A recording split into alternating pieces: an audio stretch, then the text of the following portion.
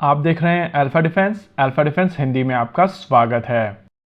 आज के इस वीडियो में हम लोग बात करेंगे भारतीय वायुसेना के Su-30 MKIs को लेकर। ये चीज हम सब जानते हैं कि पाकिस्तानी एयरफोर्स ने रिसेंटली चाइनीज ओरिजिन के J-10 CE एयरक्राफ्ट को अक्वायर किया है।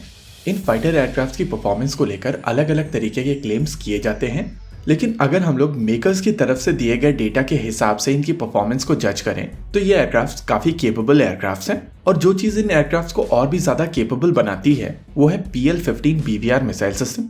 वैसे इस मिसाइल सिस्टम की मैक्सिमम रेंज को लेकर पाकिस्तान की तरफ से अलग अलग तरीके के क्लेम किए गए हैं। कुछ लोगों ने इसकी रेंज 300 किलोमीटर बताई है, वहीं पर कुछ और लोग इस मिसाइल सिस्टम की रेंज 400 किलोमीटर तक बताते हैं।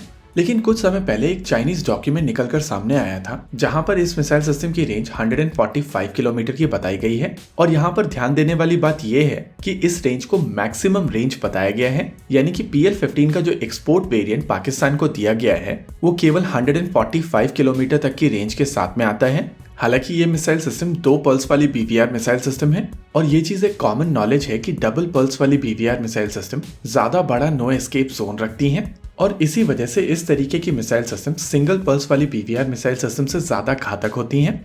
PL-15 BVR मिसाइल सिस्टम काफी हद तक पाकिस्तान की इन्वेंट्री में मौजूद AIM-120C AMRAAM मिसाइल सिस्टम से ज्यादा रेंज रखती है और उसी हिसाब से ये BVR मिसाइल सिस्टम भारतीय वायुसेना के साथ में मौजूद रशियन ओरिजिन की R-77 मिसाइल सिस्टम को भी आउटरेंज करती है।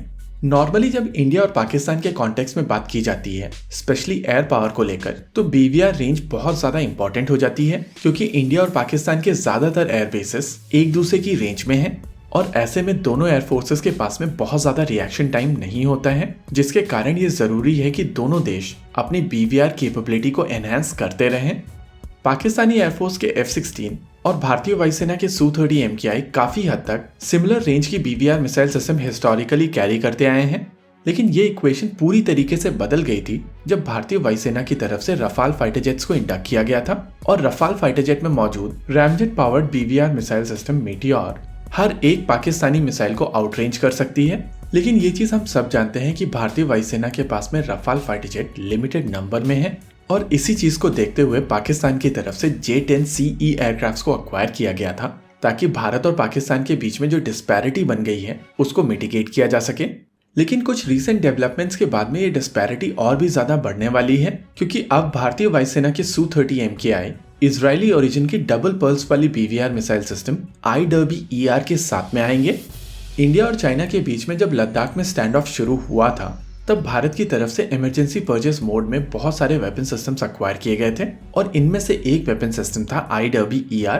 IWER बेसिकली एक 118 किलोग्राम की BVR मिसाइल सिस्टम है जिसकी लेंथ 3.62 मीटर्स की है, यानी कि ये missile system baseline derby missile के बराबर की मिसाइल सिस्टम है। लेकिन 2 पल्स के चलते इस मिसाइल सिस्टम की रेंज बेसलाइन डर्बी से लगभग 40 से 50 किलोमीटर ज्यादा की है। हालांकि ऑफिशियली इजराइल की तरफ से कहा जाता है कि इस मिसाइल सिस्टम की रेंज 100 किलोमीटर से ज्यादा की है, लेकिन ये चीज नेचुरल है कि डबल पल्स के चलते इस मिसाइल सिस्टम की मैक्सिमम रेंज और ज्यादा होगी। लेकिन कैच वहां नहीं है, कैच है नो एस्केप जोन। क्योंकि ये BVR मिसाइल सिस्टम 2 पल्सेस के साथ में आएगी तो इसका नो एस्केप जोन काफी हद तक PL-15 के बराबर का होगा और जितने बड़े नंबर में भारतीय वायुसेना Su-30 MKI ऑपरेट करती है उस चीज को देखते हुए ये PL-15 के लिए भारत की तरफ से एक बड़ा काउंटर माना जा सकता है।